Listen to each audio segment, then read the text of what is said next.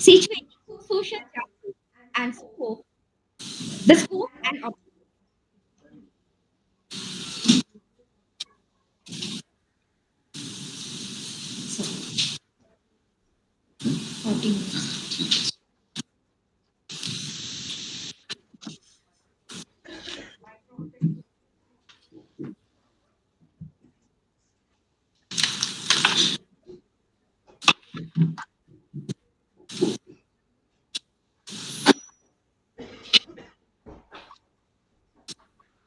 Good morning and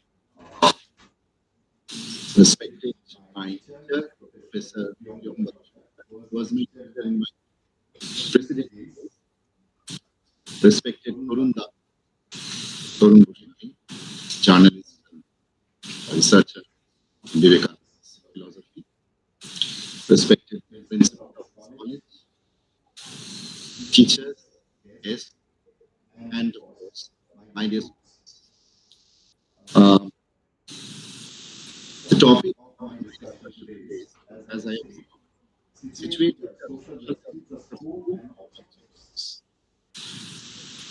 And I think, uh, as I am informed, I was asked to speak on this topic, and also it is expected that I should speak in Bengali.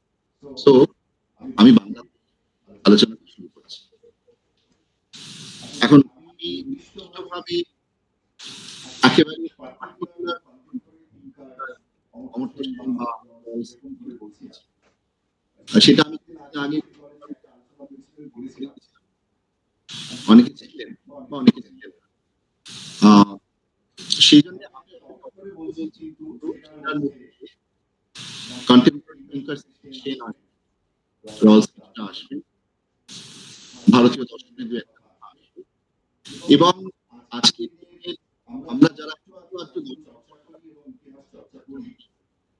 তারা এটা বুঝতে পারি যে আমরা contemporary আলোচনা আমরা traditional modern শব্দ ব্যবহার করি। অর্থাৎ আধুনিকতার পেছনে একটা ঐতিহ্য আছে।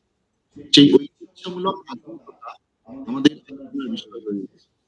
আমার আলোচনার মধ্যে ট্র্যাডিশনাল মডার্নিটি কে ধরার চেষ্টা করবো, বা ট্র্যাডিশনাল কন্টেম্পোরারি থট, যে সমকালীন চিন্তা এবং তার সঙ্গে যুক্ত কার্য সেইটিকে আমি ধরার চেষ্টা করবো এই পার্টিকুলার এরিয়া। এখন সোশ্যাল জাস্টিস বা সামাজিক ন্যায্য, সামাজিক ন্যায় যদি বাংলায় এরকম করি, তাহলে তার অনেকগুলো দিক, তার মূলত তিনটে প্রশ্ন হতে পারে। একটা হচ্ছে হোয়াট ইজ জাস্টিস, ন্যায় বা ন্যায়। একটি হচ্ছে হাউ ইজ ন্যায় বিচার বা ন্যায় সম্ভব, সম্ভব। আরেকটি হচ্ছে হাই জাস্টিস, কেন ন্যায় বিচার, কেন ন্যায়, কেন ন্যায়, আদৌ আমরা কেন জাস্টিস নিয়ে এত বিশেষ করে কন্টেম্পোরারি দিনে দাঁড়িয়ে। তা আমার আজকের আলোচনাটা শুরু হয়েছে ওয়াই জাস্টিস, কারণ হোয়াট ইজ জাস্টিস এবং হাউ জাস্টিস ইজ পসিবল, এই দুটো বিষয় নিয়ে আলোচনা করতে গেলে বিষয় আসে। তার মধ্যে স্টেটের কথা আসে, জাতি রাষ্ট্রের কথা আসে, এপিস্টেমোলজিক্যাল কিছু প্রশ্ন আসে, ল্যাঙ্গুয়েজ প্রশ্ন আসে, আইডিওলজি প্রশ্ন আসে, এরকম বহু বিষয় চলে আসে। তারপরে আমাদের গণতান্ত্রিক যে একটা মৌল সংস্কৃতি, ব্যাকগ্রাউন্ড কালচার, বেসিক কালচার, সেই বিষয়টা আসে। তারপরে স্ট্রাকচার নিয়ে আলোচনা করতে হয়, এবং সর্বোপরি প্রিন্সিপালস অফ জাস্টিস, সামাজিক ন্যায় বিচার। আমি আজকে সেই আরেকটু ঘোরার দিকে, আরেকটু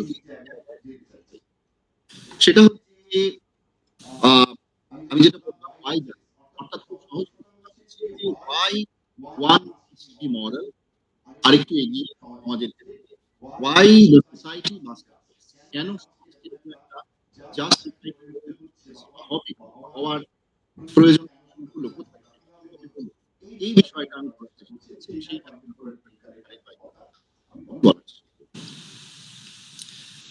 এখন এখানে বলতে গেলে আমি আগে বললাম একটা খুব বেসিক কোয়েশ্চেন নিয়ে আমি বলছি যে why social justice is relevant for us. এখন সাধারণভাবে আমরা কতগুলো সাধারণ নিয়ম ধরি। যেমন প্রমিস মাস্ট ফুলফিল, প্রতিজ্ঞা একবার করলে সেটা পূরণ করতে হয়। তারপরে হচ্ছে ধরা যাক যে every person must give a due, এই ধরনের নিয়ম আমরা সাধারণভাবে মেনে চলার চেষ্টা করি। আমরা অন্তত সমাজ জীবনে এগুলোকে ফলো করার চেষ্টা করি। কিন্তু why these principles must be followed, অর্থাৎ এই জায়গা কেন এই ধরনের নীতিগুলো, নীতি তো তৈরি হয়, নীতি নিশ্চয়ই তৈরি হয়, নীতি নির্ধারকরা তৈরি করে, কিন্তু সেইগুলো কেন করতে হবে সেইখানে একটা দায়বদ্ধতার প্রশ্ন এখানে উঠছে। আমার সাবমিশন এই জায়গা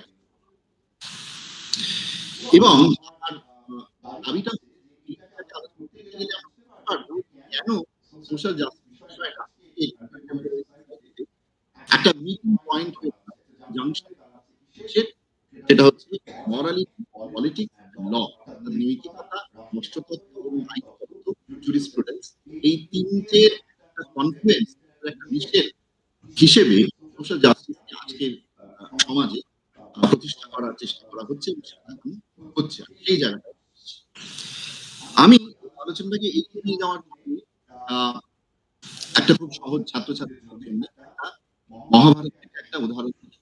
সেই উদাহরণ হচ্ছে যে আমরা সকলেই জানি যে দ্রোণাচার্যের যে শিক্ষা প্রতিষ্ঠান ছিল, শিক্ষা স্কুল, সেখানে একলব্য এসেছিলেন শিক্ষা, কিন্তু দ্রোণাচার্য একলব্যকে শেখাতেন এবং তিনি দ্রোণাচার্য যে নীতিটা এখানে ব্যবহার করলেন, কি বললেন যে শুধুমাত্র রাষ্ট্ররাই তার কাছে এই অস্ত্রবিদ্যা শিখতে পারে। অর্থাৎ এক্ষেত্রে যদি আমরা দেখি যে প্রপার্টি অফ প্রিন্স, অর্থাৎ রাষ্ট্র হওয়ার এইটা একটা property, এই অস্ত্রবিদ্যা শিক্ষার ক্ষেত্রে এটা দ্রোণাচার্যের ক্ষেত্রে আমরা দেখি। এখন এই বক্তব্য একসময় আজকের যে যারা আলোচনা করছে, বিশেষ করে জন রস, তিনি এখন এই মুহূর্তে নেই এবং যারা এই বিষয়টা নিয়ে সাম্প্রতিককালে রলসের এ থিওরি অফ জাস্টিস এবং অমর্ত্য সেনের দ্য আইডিয়া অফ জাস্টিস, এই দুটো বই এবং তাদের অসংখ্য প্রবন্ধের মধ্যে অমর্ত্য সেনের আরো অনেক বইয়ের মধ্যে। তো আমি এই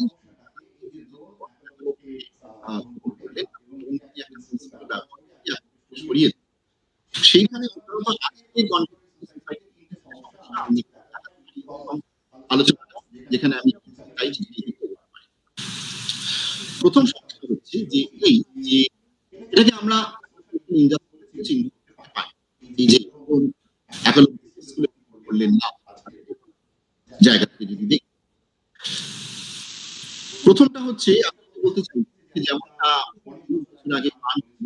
বছর আগে রলস বলতে সাম্প্রতিককালে মানে তাও হয়ে গেল এবং কিছুটা হলেও এখনকার দিনে বলা বারবার কিছুটা সেটা হচ্ছে যে ন্যায় বা ভাববাদের দিক থেকে দেখলে চলবে এবং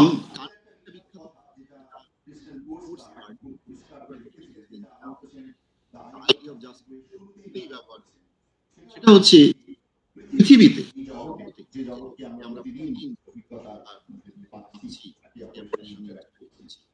সেই জগতে, সেই বাস্তব জগতে যৌক্তিকতা প্রতিষ্ঠা করাটা অর্থাৎ নৈতিকতার মধ্যে দিয়ে আমরা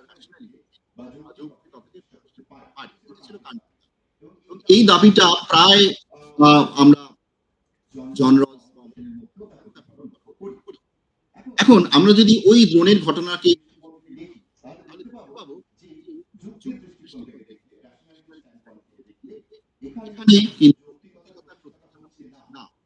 হচ্ছে না আমি বলবো এবং এটা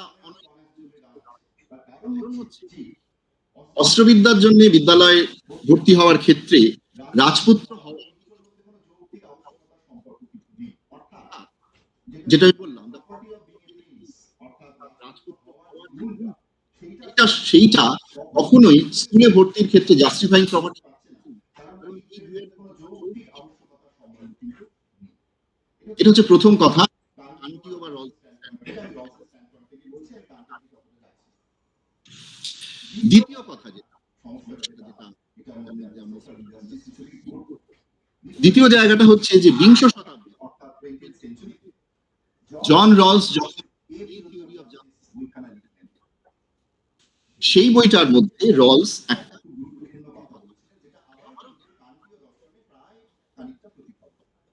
সেটা হচ্ছে আমাদের একটা প্রি থিওরিটিক্যাল আন্ডারস্ট্যান্ডিং এর কথা এবং এটা মানে পূর্ব সাধন, এই অনেক সময় এখন আমাদের তত্ত্বপূর্ব সাধারণ সেইটা বলে যে প্রত্যেকটা কিছু অলঙ্ঘনীয় ইনভায়োলেবল কিছু রাইটস রয়েছে এবং এই অলঙ্ঘনীয় অধিকারগুলো কোনো ব্যক্তির অধিকাংশের স্বার্থে বা মেজরিটির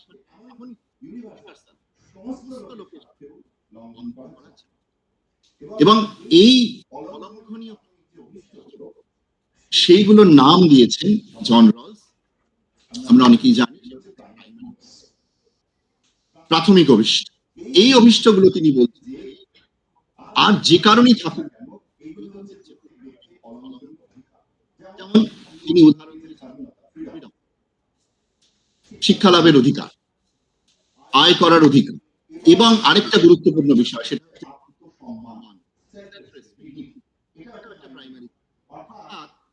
আমরা একজন ভিখারিকে ভিক্ষা দিতে পারি, শুধু ভিক্ষা দেওয়াটা বড় কথা না, প্রশ্নটা হচ্ছে আমি কিভাবে তাকে দিচ্ছি। আমি তাকে এরকম ছুঁড়ে ভিক্ষাটা দিলাম না তার কাছে গিয়ে সম্মানের সঙ্গে ভিক্ষা। সুতরাং এইগুলো কিন্তু গুরুত্বপূর্ণ বিষয় এবং এগুলো জাস্টিসের সঙ্গে জুড়ে যাচ্ছে আধুনিক। সুতরাং এখানে প্রশ্ন হচ্ছে তাহলে যে কোনো কিছু স্বার্থেই অলঙ্ঘনীয় অধিকারগুলোকে কোনোভাবে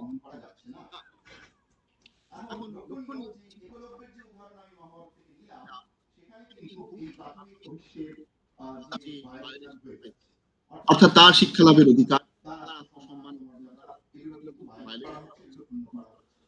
সুতরাং কন্টেম্পোরারি যে সেই জায়গা থেকে এই যে ইনজাস্টিসকে এলিমিনেট করার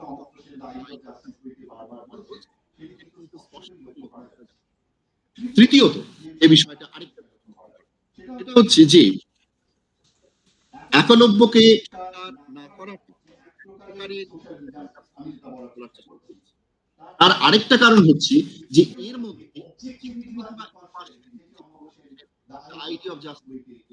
খুবই গুরুত্ব সহকারে আলোচনা করেছে ইম্পার্শিয়ালিটি বাংলা করা হয়েছে এবং তো সেই জায়গা থেকেও কিন্তু সর্বজনীনতার দাবিটা আসছে একটা ইউনিভার্সালিটি। একথা আমি কেন বলছি দ্রোণের এই একলব্যের উদাহরণটি, কারণ দ্রোণ যখন এই নীতিটা গ্রহণ করল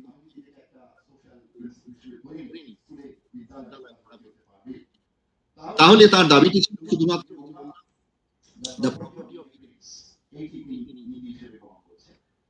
এখন এটির দ্বারা আগে যেটা বললাম যে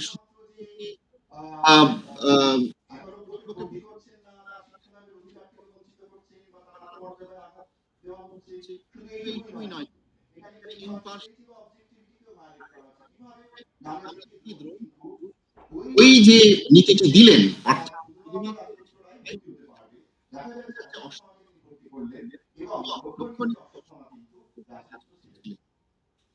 ফলত এখানে ওই যে সোশ্যাল জাস্টিসের আরেকটি শর্ত ইম্পার্শিয়ালিটি বা অবজেক্টিভ,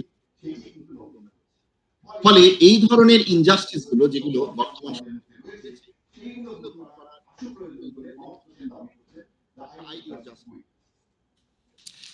এখন তাহলে আমাদের এখানে তাহলে দাঁড়াচ্ছে প্রথম দিকটা হচ্ছে যে কোনো সমাজে আমি যে প্রথম আমরা যে সমাজে আমরা বাস করি না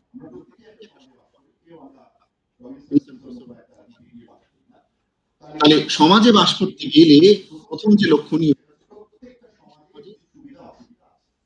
প্রত্যেকটি সমাজের কিছু থাকবেই। এবং ইকোনমিক্স এর প্রায় প্রথম হচ্ছে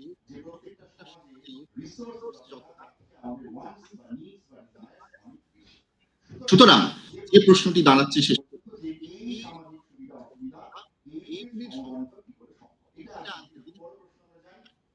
ইকুয়াল ডিস্ট্রিবিউশন থেকে পেরিয়ে আজকের দুনিয়া বলা হচ্ছে ইকুইটেবল ডিস্ট্রিবিউশন। এটা আমি আসবো, এটা একটা জায়গা, এটা একটা সমস্যা। আরেকটা হচ্ছে যে কিভাবে সেটা করা যায়। আরেকটা হচ্ছে যে রলস এবং অমর্ত্য সেনও বলছেন, সেটা হচ্ছে যে যেটা আমি একটু আগেই বললাম যে আমাদের স্বাভাবিক যে ন্যায়বোধ আমাদের মধ্যে, সেইটি বলে যে আমরা এমন একটা মানব সমাজকে সৃষ্টি করতে চাই, বৌদ্ধিক সত্তা হিসেবে প্রতিটি মানুষ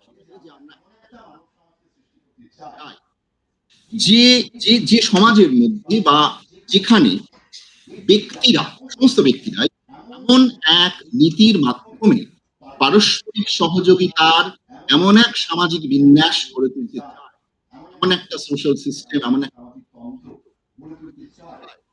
যেখানে কারোর স্বাধীনতাই ক্ষুণ্ণ, everyone benefits along with the other. এইটি ছিল রলসের পরের বই, দ্য পলিটিক্যাল লিবারালিজম বইতে কথাটা বলছেন।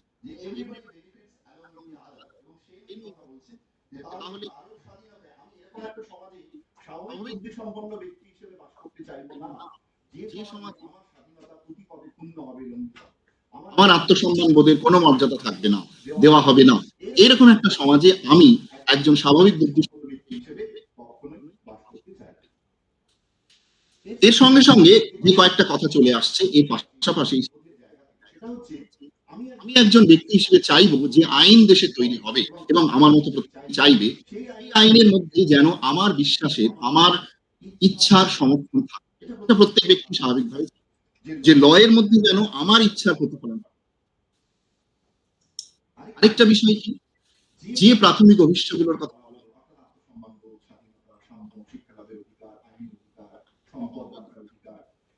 এই সমস্ত অধিকারগুলো যেগুলো আজকে ডেমোক্রেটিক সমাজে, এটা আলাদা প্রশ্ন। এখন তাহলে এখানে আরেকটা প্রশ্ন দাঁড়াচ্ছে যে আমাদের যে প্রাথমিক অভিষ্ট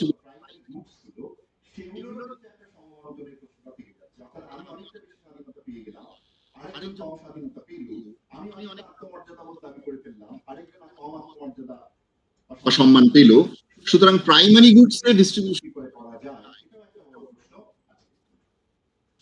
সব শেষ। এই সমাজ, আমি আবারও বলছি,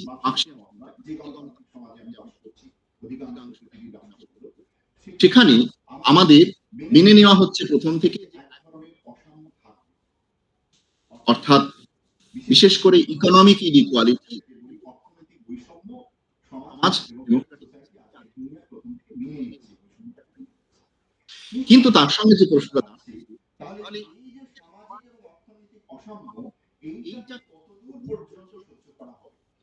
what extent it can be tolerated, এটা আরেকটা প্রশ্ন। অর্থাৎ ইনইকুয়ালিটি থাকবে, কিন্তু ইনইকুয়ালিটিকে আমি কি করে লিমিট করবো, আমি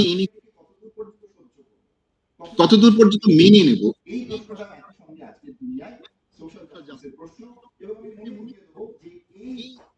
এই যে প্রশ্নটা, অর্থাৎ ইকোনমিক ইনইকুয়ালিটি আমি কিভাবে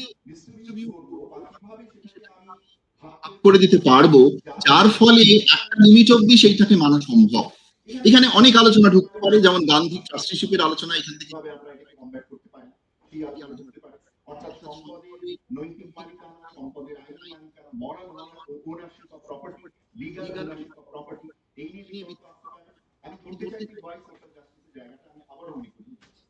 সুতরাং গান্ধী আজকে এই জায়গাটায় খুব কন্টেম্পোরারি হয়ে উঠবেন, পার্টিকুলারলি এই পয়েন্ট। আমি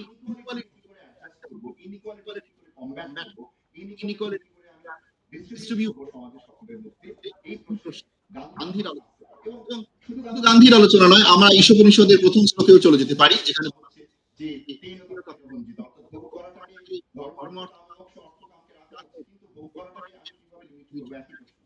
তাকে কি করে ডিসিপ্লিন করব, তাকে কি করে টেম করব, পোষ মানাবো, আমাদের ভোগ করাটাকে আমরা কতদূর পর্যন্ত পোষ মানাতে পারি, এই প্রশ্ন উঠে আসছে আজকের দুনিয়ায়। এবং অমর্ত্য সেন বারবার কিন্তু ফিরে যাচ্ছেন ট্র্যাডিশনাল ইন্ডিয়ান থট বা কালচারের দিকে। এটা আমি বারবার কখনো তিনি গীতায় গেছেন, কখনো মহাভারতে গেছেন, কখনো উপনিষদে গেছেন, বিভিন্ন জায়গায় তিনি গেছেন এই প্রশ্নের উত্তর দিতে গিয়ে এই প্রশ্ন আলোচনা। এগুলো নিয়ে খুব ডিটেলসে আলোচনা করার সময় নেই। তাহলে এখন আমরা যে একটা জায়গায় এসে পৌঁছচ্ছি, সোশ্যাল জাস্টিসের জায়গাটা একটা প্রিন্সিপাল অফ রাইট, সেখানে কতগুলো রুলস অফ জাস্টিসের রলস আলোচনা করেছেন এ থিওরি অফ জাস্টিস বই। এখন রুলস অফ জাস্টিস গুলো দেখার বিষয় হচ্ছে কোথা থেকে তার ওজনটা পাচ্ছে, তার গুরুত্বটা পাচ্ছে, তার জোরটা পাচ্ছে, where it derives its force, ফোর্সটা সে কোথা থেকে পাচ্ছে। একটা তো বুঝতে পারলাম যে একেবারে সেই কান্তীয় কথা পশ্চিমের জায়গা থেকে একটা আরেকটা জায়গা হচ্ছে যেটা হচ্ছে যে কম্প্যাটিবিলিটি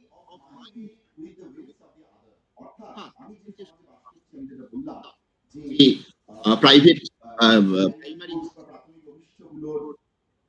সমান সমবন্টন, ইনইকুয়ালিটিকে কি করে অ্যাডজাস্ট করা যায়, তার বন্টন, এই প্রশ্নগুলো যখন জরুরি হয়ে উঠছে আধুনিক সময়ে, তখন কিন্তু এই কম্প্যাটিবিলিটি প্রশ্নটা আসছে।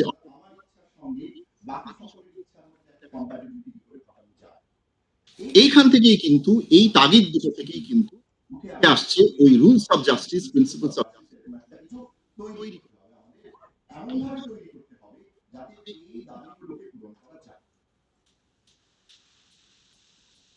তাহলে দাঁড়াচ্ছে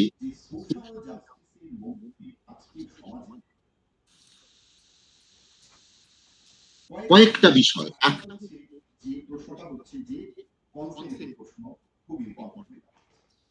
কারণ আমরা যদি এরকম, কারণ বারবার বলা হচ্ছে যে আমাদের ওই ডিস্ট্রিবিউশনের যে জায়গাটা আমাদের বিভিন্ন দিক থেকে, এবং আরো কঠিন কারণ আমরা কিছু ইনইকুয়ালিটি আগে থেকে মেনে নিচ্ছি, ফলে ইনইকুয়ালিটি মেনে নিয়ে তারপরে ডিস্ট্রিবিউশনের দিকে যাওয়া এটা খুব কঠিন কাজ। এবং সেটা করতে গেলে যেটা প্রথম কথা আসছে সেটা সম্মতির একটা প্রশ্ন। ট্র্যাডিশনাল যে ভিউ, ট্র্যাডিশনাল ভিউর মধ্যে কিন্তু কান থেকে যদি দেখি এখানে একটা কমপ্লিট অর্ডারিং, এমনকি রলস এর মধ্যেও কিছুটা আছে, নাহলে কোঅপারেশন হবে, সহযোগিতা হবে না। সুতরাং সহযোগিতার কতগুলো শর্ত যদি আমাদের তৈরি করতে, সাম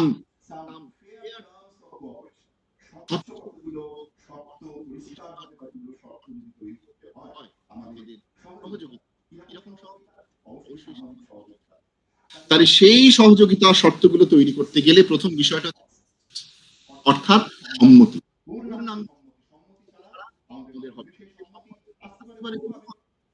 যে কারণে অমর্ত্য সেন বা রলস বা হেবারমাস কন্টেম্পোরারি যারা থিঙ্কার্স, তারা বারবার এইখানে ডিসকোর্সের কথায় এই জায়গা থেকে এই ধরনের একাডেমিক ডিসকাশন গুলোরও একটা অন্যরকম। সুতরাং সম্মতি একটা খুব, এবং আগেই বললাম যে লটা এমন ভাবে করতে হবে যাতে করে আমাদের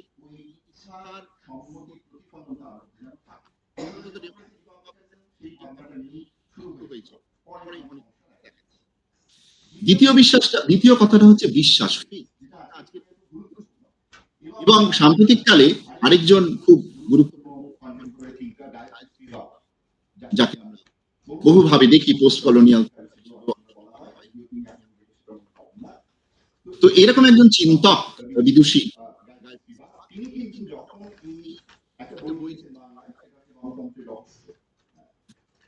তো সেই বইয়ের মধ্যেও কিছুটা আছে, অন্য লেখার মধ্যেও আছে। সেটা হচ্ছে যে উনি বলছেন যে এই যে আমরা যখন আইন তৈরির কথা ভাবি, ল তৈরির কথা ভাবি নিশ্চিত করার জন্য, সেই আইন কিন্তু আসলে তার খুব সহজ এক্সাম্পল দিয়ে আমি বোঝাতে পারি, বিশেষ করে ছাত্রছাত্রী। সেটা হচ্ছে যে এই যে রাস্তা দিয়ে আমরা সিগন্যাল ব্যবহার করি, তো আমরা রেড সিগন্যাল দেখি, এবার ভেবে দেখলে গ্রিন সিগন্যাল যখন পড়লো আমি কিন্তু এদিক থেকে গাড়িটা চালিয়ে বেরিয়ে গেলাম, আমার ওই দিক থেকে কোনো গাড়ি আসবে না, ওই red করা আছে, এই বিশ্বাসটা গাড়িটা, অর্থাৎ ল মানে আইন মানে কিন্তু এই বিশ্বাস, এই ফেথ, এই ফেথ ছাড়া আইনটা হয় না। অনেক সময় হয়ে যায় যে এই বিশ্বাসটা জোর করে আমাদের উপর চাপিয়ে দেওয়া হয় যখন আমরা অটোক্রেটিক বা এরকম বিশ্বাসটা ফলে সামাজিক ন্যায়টাও দুর্বল হয়ে যায়। আর ৩ নম্বর যেটা গুরুত্বপূর্ণ সেটা হচ্ছে obligation, অর্থাৎ দায়বদ্ধ। একটা আমি বলতে চাইলাম কনসেন্ট, দ্বিতীয়টা বলতে চাইলাম ফেথ, তৃতীয়টা বলতে চাই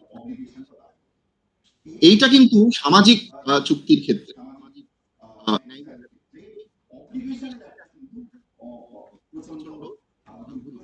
অর্থাৎ যে প্রশ্নটা আমি শুরুতে তুলেছিলাম, why social justice, why I ought to be just, why the society ought to be just, অর্থাৎ সেইখানে একটা অব্লিগেশন বা দায়বদ্ধতার প্রশ্ন। এখন এই অব্লিগেশন আমি যদি দেখা যায় ৩ রকমের একটা ধরনের অব্লিগেশন অ্যাকচুয়ালি দ্যাট, যেটা অনেকটা কান্তীয়, অর্থাৎ যেটা আমি আমার উপরে আরোপ করি, that I impose on my, এইটা একটা মরাল অব্লিগেশনের জায়গা। এবং যেটা কান্ট বলেছিলেন যে অ্যাক্টিভ রিজন দিয়েই আমি এটাকে করে নিই,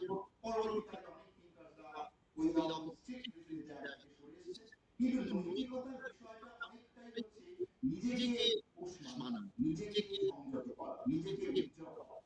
সহজ, নিজেকে তো সেইটি হচ্ছে এক ধরনের অব্লিগেশন, যেটি হচ্ছে মরাল অব্লিগেশন। আরেকটা হচ্ছে লিগাল অব্লিগেশন, অর্থাৎ আইনি যে দায়। এখন এইটা খুব গোলমেলে জায়গা, কারণ ইট ইজ এক্সপেক্টেড, প্রত্যাশিত যে আজকের গণতান্ত্রিক সমাজে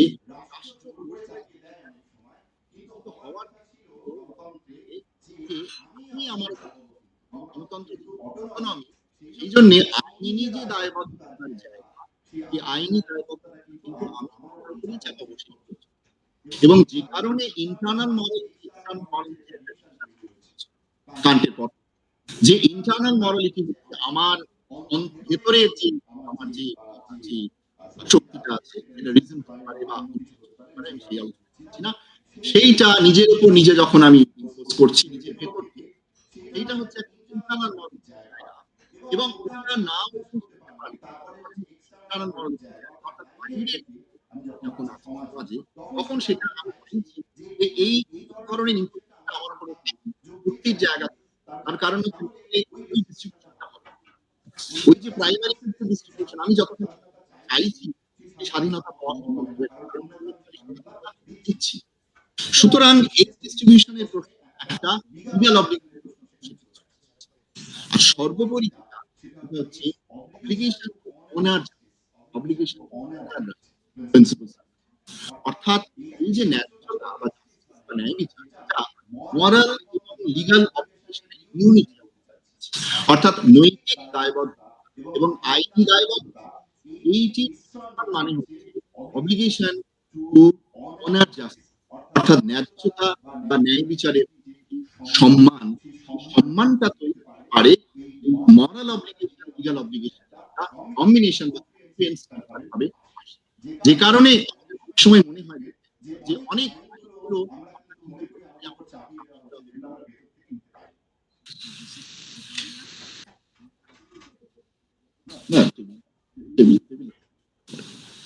তো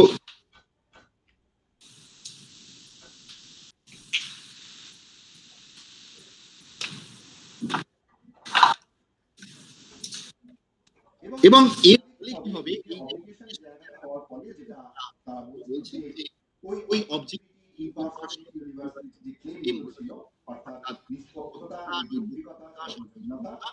এই দাবিগুলোকে পূরণ করা সম্ভব হবে যদি এইভাবে আমরা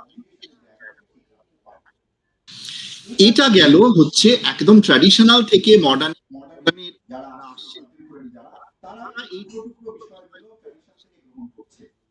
কিন্তু এবার আধুনিক একেবারে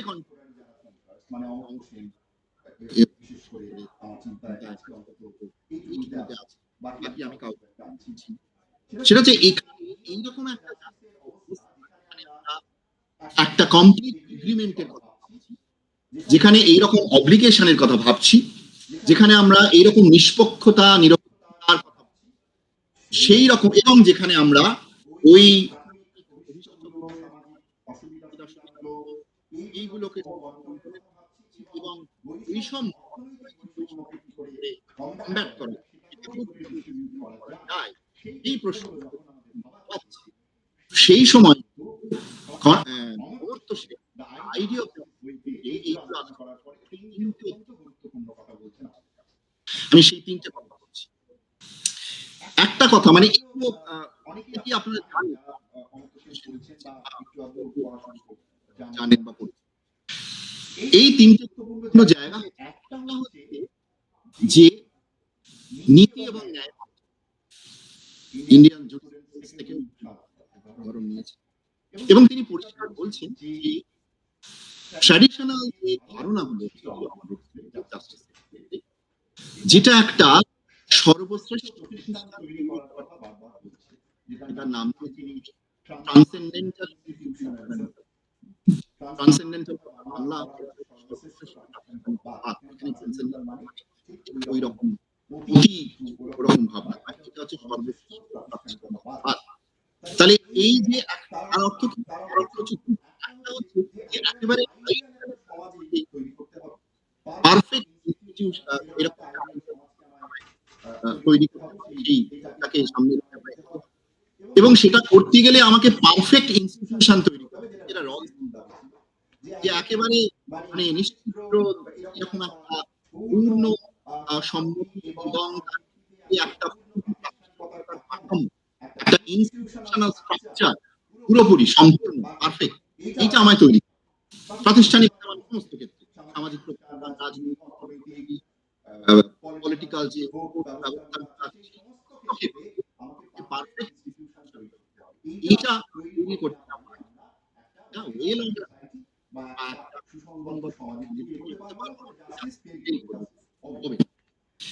এখন এই জায়গাটা অমর্ত্য সেন বলছেন যে এইটাকে উনি বলছেন, অর্থাৎ যেখানে কতগুলো প্রিন্সিপালকে গুরুত্ব দেওয়া হচ্ছে, কতগুলো পারফেক্ট ইনস্টিটিউশন তৈরি করা হচ্ছে, কতগুলো ব্যবস্থা সিস্টেম তৈরি করা হচ্ছে, এটা হচ্ছে সম্পূর্ণ নীতির জায়গা। অমর্ত্য সেন এবার বলছেন এই আজকের যে সমাজে পুরোপুরি ন্যায্যতা বা জাস্টিসটা কিন্তু নেই, অর্থাৎ এখানে জাস্টিসের জায়গা, এখানে কিন্তু তাহলে অমর্ত্য সেন বলছে যে পারফেক্ট ইনস্টিটিউশন একদিকে থাকতে পারে, কিন্তু তার মানে যে ন্যায্যতার প্রসার ঘটবে, অর্থাৎ এনহ্যান্সিং জাস্টিস বিষয়টা হবে, তার কিন্তু মানে জীবন মানে মানুষ কিভাবে জীবনযাপন করে সেই দৃষ্টি থেকে যে জাস্টিস এনহ্যান্স করা যাবে, প্রসার যাবে সর্বস্তরে, সেই নিশ্চয়তা দেওয়া যাবে না যদি আমরা শুধুমাত্র পারফেক্ট ইনস্টিটিউশনের দিকে তাকাবার চেষ্টা করি। তাহলে কি করতে হবে? এখানে হচ্ছে যে নীতি এবং ন্যায় তাকালে এনহ্যান্সিং জাস্টিসকে সম্ভব যাবে যদি আমরা যে সোশ্যাল ইভিলস গুলো এই মুহূর্তে রয়েছে, যে প্রবলেমস গুলো এই মুহূর্তে, যে সামাজিক অসুবিধাগুলো এবং যেগুলো ইনজাস্টিস বলে, যেমন এইরকম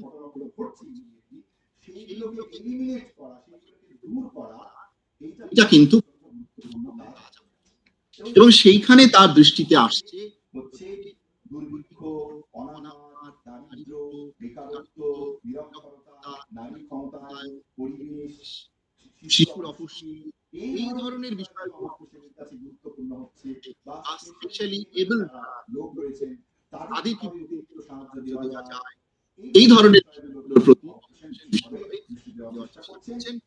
তখন তিনি মনে করছেন যে ওই নীতি শুধু নীতি নয়, নীতি থেকে আমরা ন্যায্যতায় আসতে পারি, চলে যেতে পারি।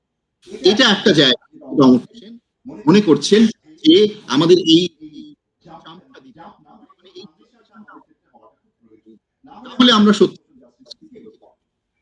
দ্বিতীয় যে বিষয়টা বলছেন যে ট্র্যাডিশনাল মধ্যে ভীষণভাবে ছিল, আমরা জানি যে যেটা বারবার বললাম যে impartiality, অর্থাৎ নিষ্পক্ষতা এবং নৈতিকতা।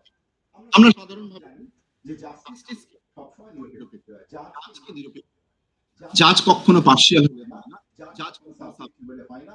খুব সাধারণ বুদ্ধি থেকেই কিন্তু এই কথাগুলো আমাদের আমরা বলতে পারি যে আমি যখন জাজ নিরপেক্ষ, খুব প্রাথমিক কথা, গোড়ার কথা। কিন্তু এখানে আবার যে কথাটা তিনি বলছেন সেটা হচ্ছে তিনি দু রকমের impartiality, two types of impartial বা অবজেক্টিভ। একটা ধরনের ইম্পার্শিয়ালিটি বলছেন ক্লোজ ইম্পার্শিয়ালিটি, বদ্ধ নিষ্পক্ষতা, আরেকটাকে তিনি বলছেন ওপেন ইম্পার্শিয়ালিটি, মুক্ত নিষ্পক্ষতা। এখন এইটাই গুরুত্বপূর্ণ, এটা থেকে অনেক আলোচনা তৈরি হতে পারে। ক্লোজড ইম্পার্শিয়ালিটি যে জায়গাটা তিনি বলছেন সেইটা হচ্ছে মোটামুটি ওই রাষ্ট্র যেভাবে প্রতিষ্ঠা করার কথা বলে, একটা আইন তৈরি হলো এবং ধরে নেওয়া হলো যে আইন হলো সবার উন্নতির জন্য করা হলো, আমাদেরকে বোঝানো। এবং কখনো গোষ্ঠীগত সেটা হতে পারে, কারণ গোষ্ঠীরা মিলে এই আমাদের প্রতিনিধি পাঠায় পার্লামেন্টে, গোষ্ঠীগত ভাবনা, রাষ্ট্রগত ভাবনার জায়গা থেকে কতগুলো ইম্পার্শিয়াল রুলস, ইম্পার্শিয়াল লজ, নিরপেক্ষ আইন বা নীতি তৈরি। এখন এটার মধ্যে অসুবিধা হচ্ছে যে অমর্ত্য সেন বিশ্বাস করেন যে এর মধ্যে আলোচনার অবকাশ বা পরীক্ষার অবকাশ খুব কম থাকে। কেন থাকে? কারণ এইখানে যেটা ধরে নেওয়া হয়, এই ক্লোজ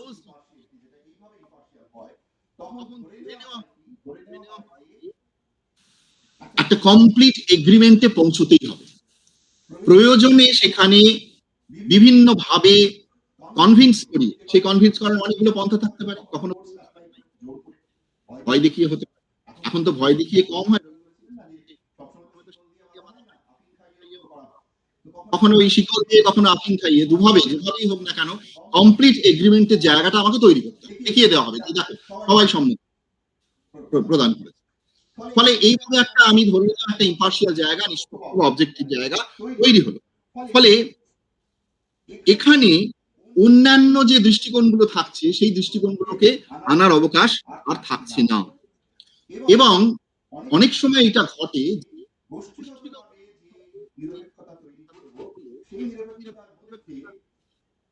এমন অনেক মানুষ থাকতে পারে ওই আইনটা প্রভাবিত করছে, কিন্তু সেই আইনের ইফেক্টটা তাদের প্রভাবিত করছে, কিন্তু সেই মানুষদের অধিকার, সেই মানুষদের,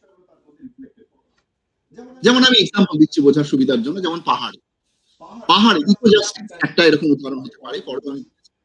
যে পাহাড়ে ধরা যাক যে এরকম আরবানাইজেশন বহুদিন থেকে আমাদের শুরু হয়েছে,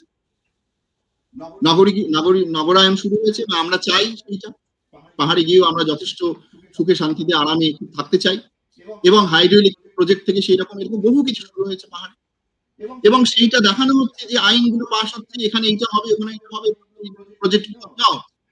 কিন্তু দেখা যাবে ওখানে সার্ভে করা যায় যে গোষ্ঠীগুলো সিদ্ধান্ত নিয়ে নিয়েছে, কিন্তু ওখানকার সাধারণ লোকাল পিপল হয়তো এগুলো চায় না।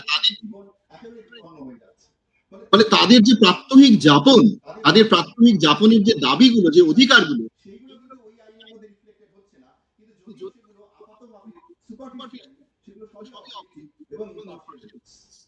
ফলে এইরকম একটা ক্লোজড ইম্পার্শিয়ালিটি থেকে অমর্ত্য বলছে এটা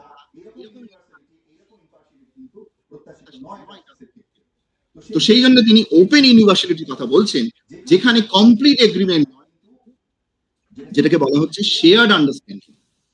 অর্থাৎ কতগুলো জায়গা থাকতে পারে কমপ্লিট এগ্রিমেন্টে কেউ অস্বীকার করবে না।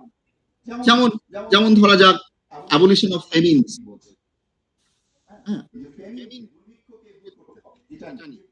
কোভিডের সময় আমরা একটা কমপ্লিট এগ্রিমেন্টের প্রায় লক্ষ্য করেছিলাম, রাষ্ট্র থেকে শুধু নয়, সমাজের ভেতর। তারপরে ধরা যাক genocide, terrorism, environment, slavery, untouchability, এরকম অসংখ্য উদাহরণ অমর্ত্য সেন দিয়েছেন, যেগুলো দূর হোক সমাজ থেকে, এগুলো কেউ ডিসএগ্রি করবে, এগুলোর ক্ষেত্রে ডিসএগ্রিমেন্ট নাই।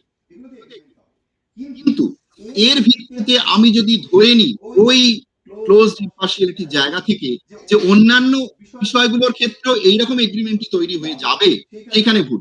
অন্যান্য বিষয় মানে ধরা যাক অমর্ত্য সেন এরকম খুব চমৎকার কতগুলো উদাহরণ দিয়েছেন, যেমন বলছেন যে যেমন ইনহেরিটেন্স রাইট, অর্থাৎ উত্তরাধিকার যে আইন, অধিকার, এইগুলো। তারপরে ধরা যাক ভোটিং রাইট বা এজ, এটা। তারপরে ইনকাম ট্যাক্সের যে শিডিউল লেভেল, সেইটি। তারপরে ধরা যাক মিনিমাম ওয়েজ। এইগুলো নিয়ে একেবারে এক রহমায় ঐক্যমত্যে পৌঁছানো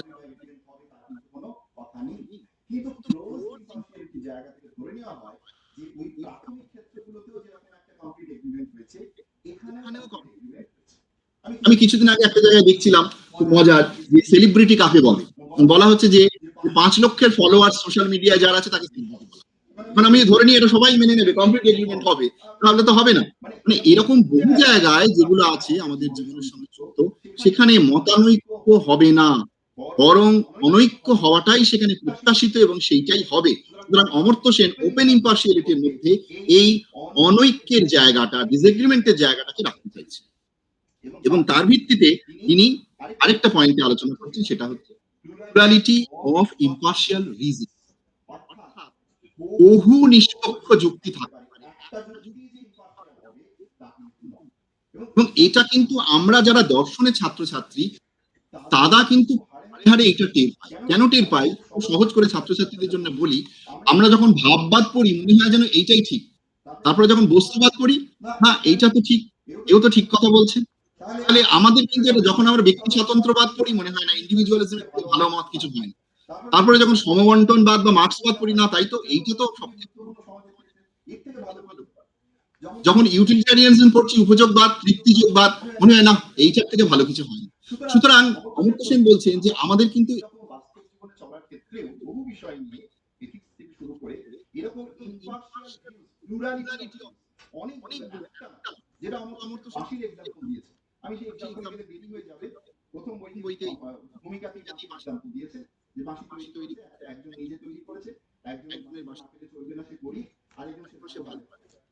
বিভিন্ন স্ট্যান্ড পয়েন্ট থেকে দেখা যাচ্ছে প্রত্যেকেরই বাঁশির উপর অধিকারটা আছে। এখন এই সমস্যাগুলোকে অমর্ত্য সেন আনছেন। আমি একটা ছোট্ট সমস্যা দিচ্ছি এখানে, টাইম কতটা আছে?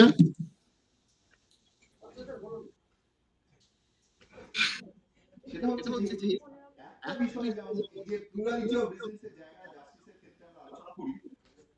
একটা বিষয় আমাদের খুব আজকের দিনে যারা আমরা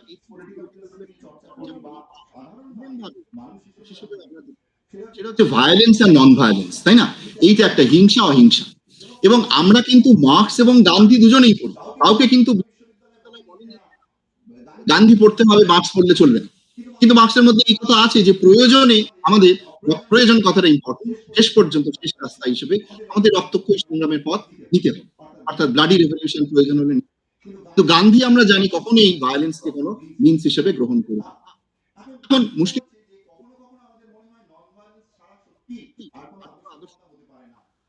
তারপরে জীবনে কোনো পরিস্থিতিতে দাঁড়িয়ে বা পৃথিবীর খবরের কাগজ খুললেই তো সকালবেলা যা মনে হয়, তাতে করে মনে হয় যে কখনো কখনো সত্যি ভায়োলেন্ট হওয়ার প্রয়োজন আছে। তো এই যে আমি মনে করছি, আমার রিজনের কাছে মনে হচ্ছে ভায়োলেন্স কখনো কখনো শেষ রাস্তা হতে পারে, এইটা একটা বিতর্কের, মানে এই বিষয়ে ঝপড়ে একটা কমপ্লিট এগ্রিমেন্টে যা কোনোভাবেই ভায়োলেন্সকে গ্রহণ করে না, এটা এক বাক্যে পৌঁছতে গেলে খুব মুশকিল। কারণ সেই তর্কটাকে আমরা কিভাবে এগিয়ে নিয়ে যাবো? অমর্ত্য সেন বলছে এই অনেক,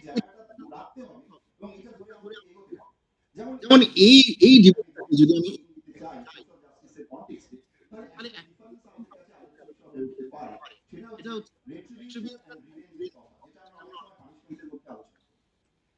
রেট্রিবিউশন এবং রিভেঞ্জ হচ্ছে, এই রেট্রিবিউশনের মধ্যেও কিন্তু একটা, আমি যেটাকে বাংলা করতে চাইছি, যে মোটামুটি রিভেঞ্জটা হচ্ছে সরাসরি প্রতিশোধ নেওয়ার একটা ব্যাপার।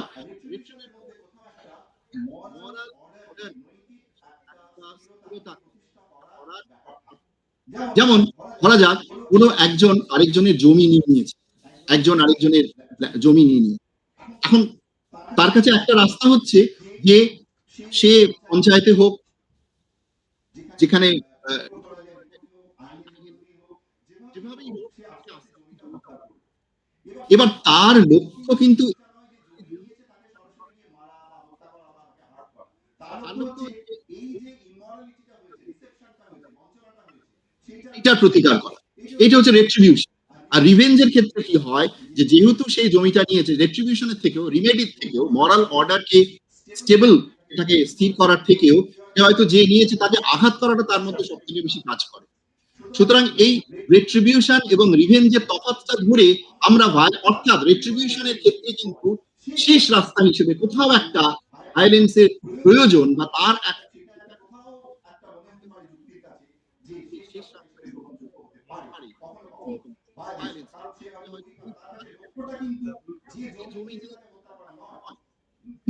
তার কাছে লক্ষ্যটা হচ্ছে রেট্রিবিউশনে ওই ডিসেপশনটাকে রোধ করা, ওই যে বঞ্চনাটা হয়েছে, ইনজাস্টিস হয়েছে।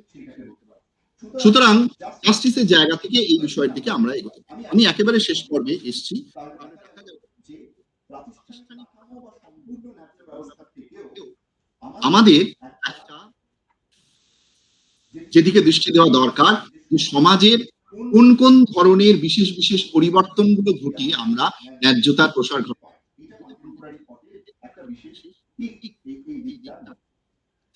আর আরেকটা যেটা আমি বললাম, যে কিভাবে এই ন্যায্যতার প্রসার ঘটানো যায়, বা এনহ্যান্সিং জাস্টিস, আমি বললাম। এখন আমি মহাভারত দিয়ে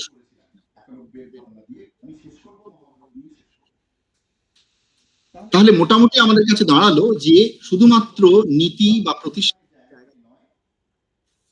ন্যায্যতার প্রসার ঘটানোটা যদি জরুরি হয়, তাহলে নীতি বা প্রতিষ্ঠানের বাইরে গিয়েও কাজ করবে। এবং এই ভাবনাটার মধ্যে কিন্তু অমর্ত্য সেনের এই চিন্তার মধ্যে কিন্তু আমাদের ট্র্যাডিশন, রবীন্দ্রনাথের মধ্যে এই ভাবনাটা ছিল, যে প্রতিষ্ঠান তার কাছে একটা শুধুমাত্র, যে প্রতিষ্ঠানের লক্ষ্য হচ্ছে কতগুলো artificial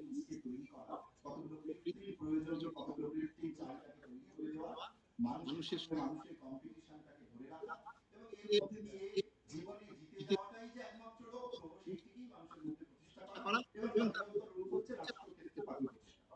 winning is the ultimate goal of life.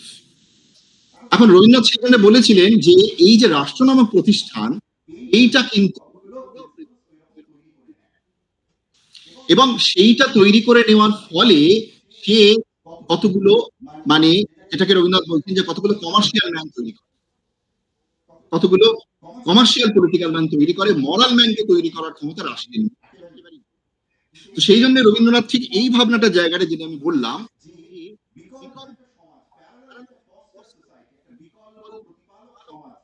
তৈরি করা ছিল। অমর্ত্য সেন যখন ন্যায়ের কথা বলছেন, সেটা কিন্তু এই লোকহিতের কথা। অমর্ত্য সেন যখন ন্যায্যতার প্রসারের কথা বলছেন, তখন কিন্তু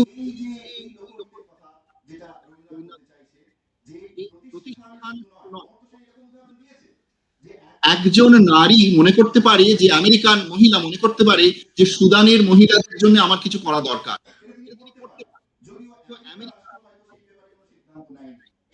সুতরাং সবসময় গোষ্ঠীগত পরিচয় থেকে, রাষ্ট্রগত পরিচয় থেকে করলে হবে না, ব্যক্তিগত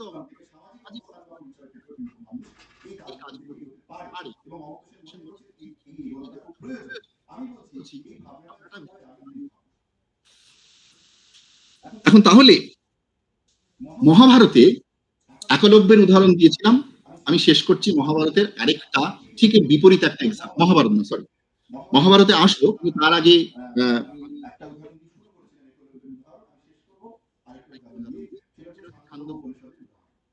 সেটা হচ্ছে, আমরা অনেকে জানি রবীন্দ্রনাথের কবিতা পড়েছি ব্রাহ্মণ কবি, কেমন সত্যকাম জিজ্ঞেস করেছেন গৌতম যে আর পরিচয় কি, তিনি বলেছেন আমি তো জানি না, আমি পরের দিন এসে বলবো। তা তিনি,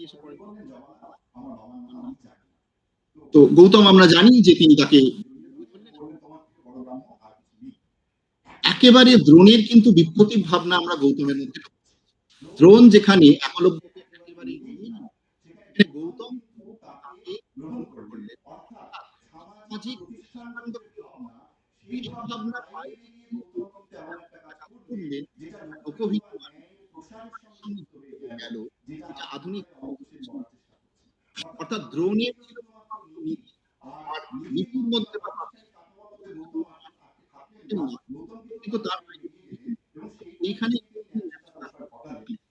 যে প্রসার ঘটানো, আমি শেষ পয়েন্ট যেটা যেটা মহাভারতের মধ্যে রয়েছে, যেটা আমরা অনেকেই জানি যে ধর্মের তো অনেকগুলো অর্থ অনেক অর্থ আছে, যেটা আচার্য বিমল ধর্ম অনেকেই আলোচনা করেছেন সেই বিষয়টা নিয়ে। কিন্তু আমি এখানে যেটা বলতে চাইছি যে এই যে বৃহত্তর অর্থে ন্যায্যতাকে দেখা, খুব সংকীর্ণ দ্রোণের অবস্থান থেকে নয়,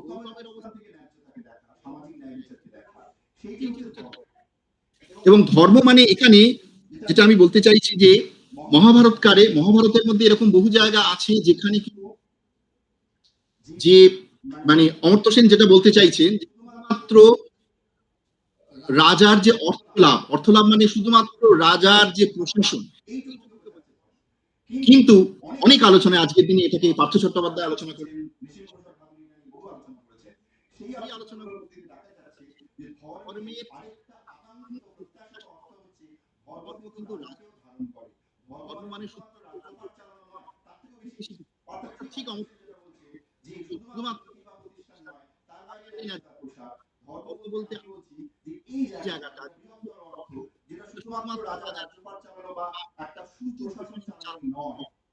যেমন প্রশ্ন হচ্ছে, আমরা জানি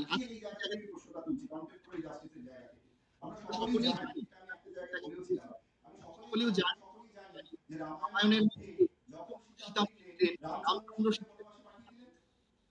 এবং আমরা সেখানে রাজাকে রামকে কি বলি, প্রজারঞ্জক রাম, তাই তো, প্রজার কথা।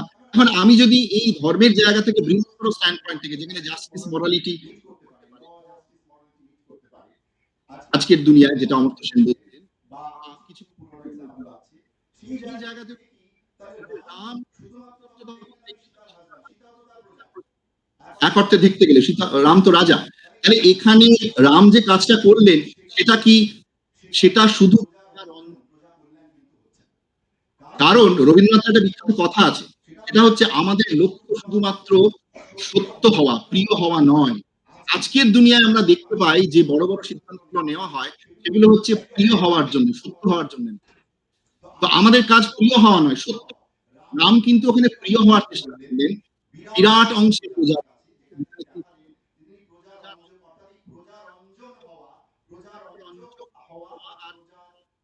কল্যাণকামী হওয়া, এই দুটো কিন্তু এক জিনিস। প্রজার প্রিয় হওয়া, প্রজার কল্যাণ চাওয়া, এই দুটো এক জিনিস কিন্তু না, মার্চ করে না। সুতরাং মহাভারতের মধ্যেই আমি বলছি, বা অনেকগুলো জায়গাতে যেটা আমি বললাম, যে ধর্মকে যদি এই অর্থে নিই, যেটা রবীন্দ্রনাথ কি বলে অমর্ত্য সেন বলার চেষ্টা করছেন, তাহলে সেই জায়গা থেকে নিলে আমরা দেখতে পাবো যে নীতির বিপরীতেও ধর্মকে দাঁড় করানো। অর্থাৎ আমি যে নীতিটা গ্রহণ করছি, সেই নীতিটা হয়তো প্রতিষ্ঠান কেন্দ্রিক নীতি, সেই নীতির বাইরে আমি ধর্মকে দাঁড় করাতে পারি, কারণ ন্যায্যতা প্রসারের ক্ষেত্রে এই ধর্ম নীতির থেকে সমস্ত যে সমাজ তার হিতের কথা বলে,